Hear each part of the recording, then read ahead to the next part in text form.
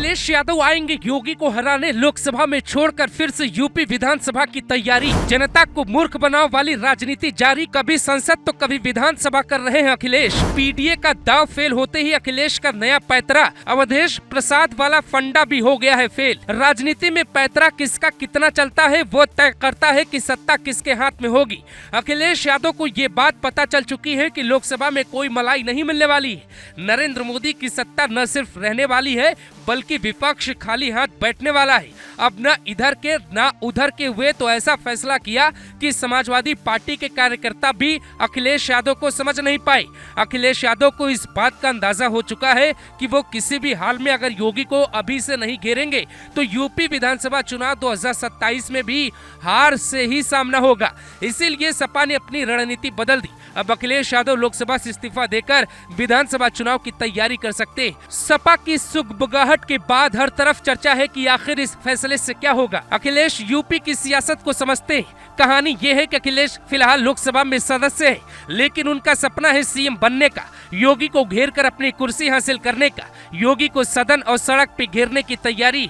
Samajwadi party UP में बड़े आंदोलन की भूमिका भी तैयार कर सकती है। अखिलेश यादव पहले करहल से विधायक बने, फिर लोकसभा का चुनाव जीता तो वो करहल सीट छोड़ देते, वहाँ उपचुनाव होता है। अखिलेश यादव के भाई को मौका मिलता है, बीजेपी 8000 वोटों से चुनाव हार जाती। अभी कन्नौज से अखिलेश यादव सांसद है, वहाँ से अगर वो सीट छोड़ देंगे तो वहाँ लोकसभा का चुनाव दोबारा होगा। सूत्र यहाँ तक कहते हैं कि अवधेश प्रसाद भी अपना इस्तीफा देंगे। समाजवादी पार्टी लोकसभा में देश की तीसरी सबसे बड़ी पार्टी बनने के बाद अखिलेश यादव ने केंद्रीय राजनीति में सक्रियता के संकेत दिए।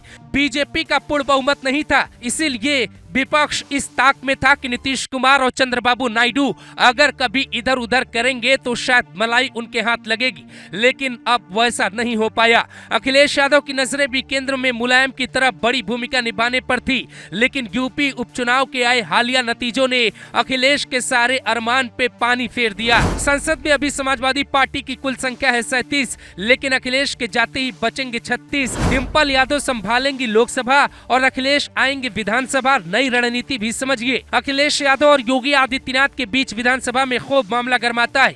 योगी ने अकेले ही मैदान पे कब्जा कर लिया है, इसलिए अखिलेश यादव चाहते हैं कि कम से कम सदन में रहेंगे तो योगी को घेरेंगे।